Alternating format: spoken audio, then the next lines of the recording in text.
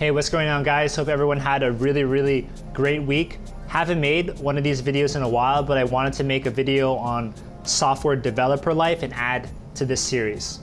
The topic of this video is going to revolve around getting on people's good terms at the company, and this is a little catered towards bigger companies or big corporations. So what I'm going to do in this video is just recount or share an experience that I had when I first joined a company straight out of college, and one of the things I went through. The whole purpose of the video is going to revolve around that story, so I'm going to share it first, talk about it, and hopefully it's useful. All right, let's do it. Whenever we join something new, it's always a little bit stressful, right? Whenever we're starting something new, especially if you're starting at a brand new company, the one thing on your mind, or the one thing that's always on my mind is, how can I add value, or how can I be not useless as fast as possible? So while those thoughts are on your mind, those are the same thoughts on everyone else's mind around you. Right when you start is when other people form their opinions about you, and they're thinking, so how good is that guy really? Is he useless? Is he smart? People do not value your work, or people don't really respect you up front until you prove it. So going along those lines, it's actually really easy for people to dismiss you as well. The people closest to you, like your team members, your immediate team members, they're going to be really helpful, ramp you up. But the people that are a little further away in different departments and different teams altogether, they're actually going to dismiss you when you're the new guy.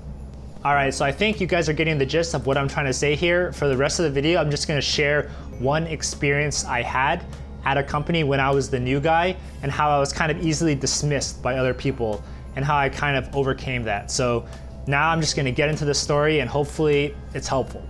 So when I was first starting my job, I was an embedded developer working on really low level code, but there was a really subtle bug that was affecting my code or our team's code, and that bug was actually in another team's code. So it sounds like a pretty simple solution, right? You go to the other team, ask them to fix the bug, and everything's going to be okay, right? But it's not so simple.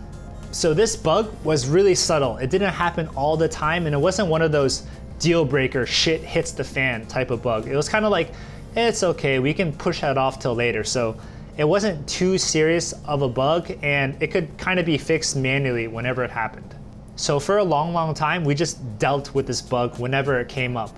When it happened, someone on the other team would just come and fix it and be like, okay, it's fixed this time, but we never really fixed the root cause of it, which is really annoying. So I kind of did what you're probably expecting, what is a reasonable thing to do. When the bug first came up, I went to the other team and I was like, hey guys, there's this bug in your code. Can you check it out real quick? The guy was like, oh yeah, I know about that. I'm gonna fix it, I'll fix it, don't worry about it. I'll get to it. So you can probably guess what happened, but the bug never actually got fixed, and it just kept popping up again. Like every couple weeks or every couple days, it just popped up again. And every time I would ask the team to fix this thing, they would just give me the same answer, just like, yeah, I'll fix it, I'll get to it. Yeah, I'll fix it, sorry, I forgot last time. So there's kind of two things at play going on here, right? First is just this bug, and it's whatever, software bug, it's not really a big deal, this happens all the time. But the deeper issue, the real deeper issue that came into this situation is choosing not to fix the bug because I brought it up.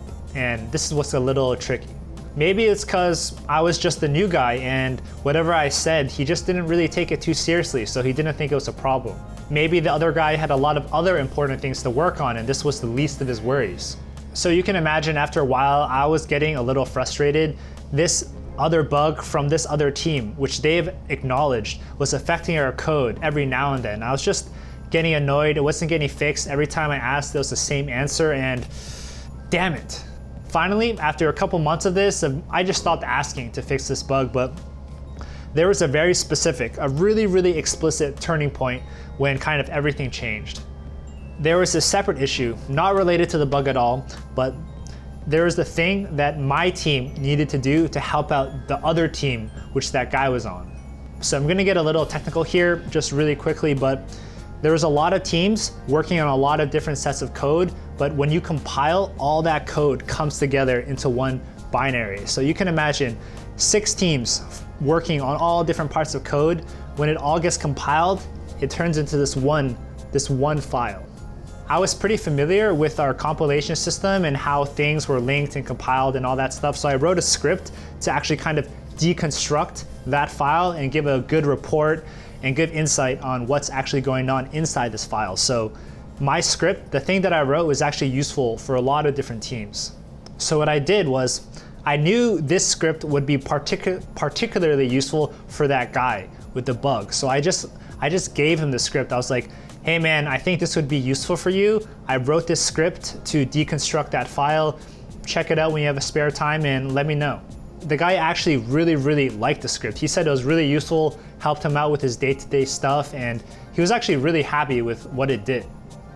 Literally less than a week, probably 1 week, or less than a week after I gave that guy this script that I wrote to help him out, that 3-month bug, he just fixed it in like a day. And furthermore, after this time, after I gave him that script first, anything that would happen between our two teams or anything that would affect our code that was actually a bug in their code, he would fix it really fast. All right, that's the end of the story, but the major takeaway, the one takeaway I just want to give with this story and about getting on people's good terms is that you'd be surprised how much you can gain if you just give a little first. So what actually happened here? Like, I'm a new engineer, new guy. I was just bothering this person like, hey, can you fix the bug? Hey, can you fix the bug again? Hey, can you fix the bug? But instead of just asking something from him, instead of just expecting something from him and expecting him to do this for me, what I did was I just gave him something, added some value to his day, which is completely unrelated, and it changed the whole dynamic of the relationship. Maybe the guy was like, oh, that new engineer is not useless like I thought he was. Maybe he finally respected me because I showed him that I could actually write some code that would help him out. So whatever it might be, whatever kind of changed, there's definitely something that kind of switched in his mind, right? He went from kind of dismissing, ignoring my request to fixing things fast when I brought it up to him. And it was definitely that one moment. I can definitely trace that moment back to me giving him that one script where something switched in his head. All in all, the main thing that I learned from this experience is that you can't just always expect someone to do things for you, even if it's their problem. What you should try to do is just be really giving, like do your thing, give value to other people, and they're gonna reciprocate it. And if they don't reciprocate anything, then they're just an asshole and you don't have to work with them. All right guys, that's it for today. Hope you enjoyed the video, just a little bit of a story and kind of a lesson.